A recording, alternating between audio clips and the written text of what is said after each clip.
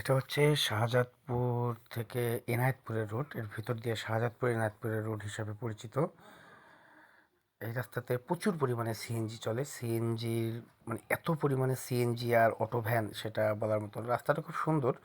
তো রাস্তাটা হচ্ছে অনেক চাপা, যে এতটাই চাপা যে বলা যাবে না, যে একটা যদি ট্রাক যায় কিংবা একটু বড় গাড়ি যদি যায় সেক্ষেত্রে আর কোনো জায়গা থাকে না এই রাস্তাতে, মানে সাইড দেওয়ার মতো। আর প্রচুর সিএনজি, এখানে সিএনজিগুলো প্রচুর বেপরোয়া, সাবধানে চলাফেরা করাই লাগে, তাছাড়া আসলে কোনো কিছু করার নেই। আর যেহেতু গ্রামের ভেতর দিয়ে রাস্তা, বাঁক অনেক আছে। গ্রামের রাস্তাগুলো যে যার ইচ্ছা মতো যে বালি হাবিজাবি রাস্তার ভিতরে রাখে।